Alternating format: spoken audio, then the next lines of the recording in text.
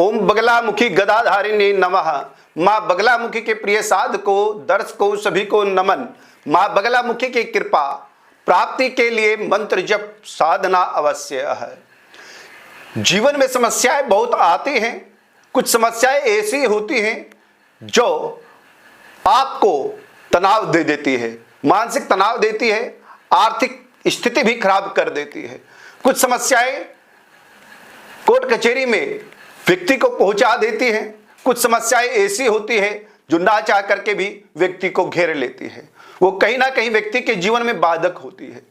आयु इतना नहीं है, 80 वर्ष की आयु है, उनमें से 40 वर्ष व्यक्ति सो जाता है। 40 वर्ष बचे हैं, उनमें से 20 वर्ष शिक्षा बचपन में बीत जाता है, तो 20 वर्ष बचे हैं। 20 वर्ष में से 10 वर्ष व्यक्ति का बुढ़ापे के होते हैं। 5 या 10 वर्ष ही अगर देखें तो व्यक्ति काम करता है। तो तनाव इतना कि व्यक्ति, हम देखते हैं कर्ज में व्यक्ति आत्महत्या करता है या परिवार को छोड़ देता है, परिवार का भरण पोषण नहीं कर पाता, रिश्ते नाते तो छूट ही चुके हैं। पर यहां पर मां बगलामुखी की कृपा कैसे प्राप्त हो? निर्धनता तो समाप्त हो, पर धन सुख ऐश्वर्य भी प्राप्त हो। शत्रु कोई ना हो, सब मित्रवत आपसे बातें करें।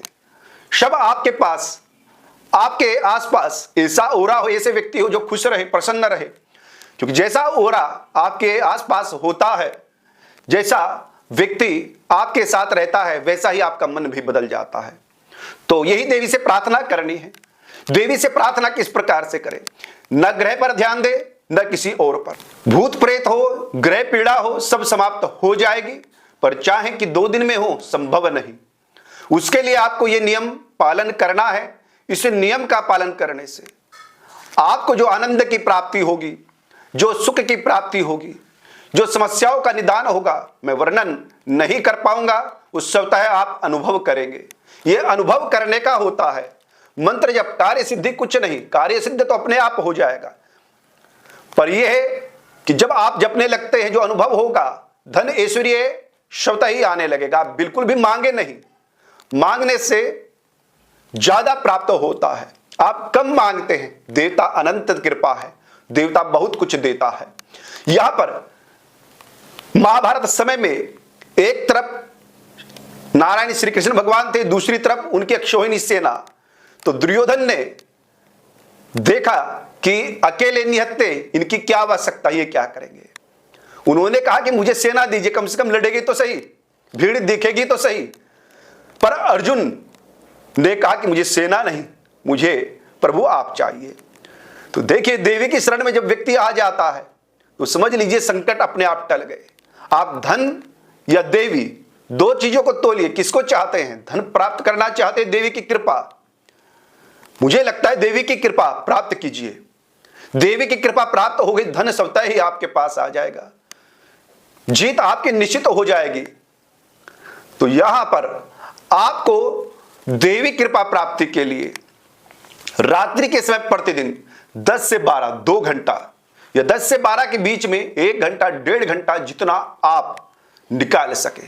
रात्रि का समय तुरीय संध्या बोलते हैं।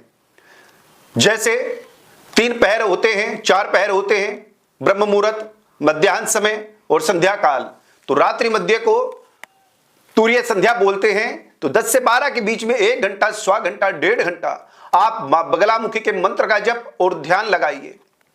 वो समय ऐसा होता है कि सब जगत सो रहा होता है और आप भज रहे होते हैं। तो यहां पर जब आप देवी का ध्यान लगाते हैं, उनके स्वरूप का, उनको देखते हैं कि दाहिने हाथ में गदा पकड़े हैं, बाएं हाथ से आपके शत्रु, आपकी बाधाएं, आपकी समस्याओं की जिह्वा पकड़े हुए हैं और बुद्धि पर प्रहार कर रहे हैं। यह स्वरूप है, ऐसा ध्यान दीजिए। चतुर्भुजा में ध्यान दीजिए। एक हाथ में पास है तो दूसरे हाथ में अभय वरदान, मुद्रा में आशीर्वाद प्राप्त हो रहा है। आपको देवी आशीर्वाद दे रही है। ऐसा नियमित करने से जो ग्रह है ना, वो शांत हो जाएंगे, जो शत्रु है ना, वो शांत हो जाएंगे। ये शरीर है, ये मंदिर है, मंदिर को स्वच्छ और पवित्र रखें। ये मंत्र के द्वारा स्वच्छ और पवित्र होता है। यहां पर जैसे आप घर में दीपक जलाते हैं तो वहां का वातावरण एक अलग सा हो जाता है, इसी प्रकार आप जब शरीर में मंत्र रूपी दीपक जलाते हैं तो वहां का जो प्रकाश है, वो ओरा है, वो ऐसा होता है कि उसके सामने कोई धनवान बलिष्ठ व्यक्ति भी नहीं टिक पाता। तो इसलिए आप ये एक दिनचर्या बना लीजिए, दिन में पूजा हो या ना हो, रात्रि में इस समय आप पूजा अवश्य कीजिएगा।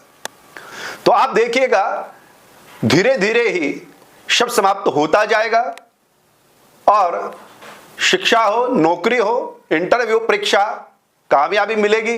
बिजनेस नहीं चल पा रहा है, चलेगा, तंत्र क्रिया कट जाएगी, शत्रु समाप्त हो जाएंगे, कोर्ट कचहरी समाप्त हो जाएगा।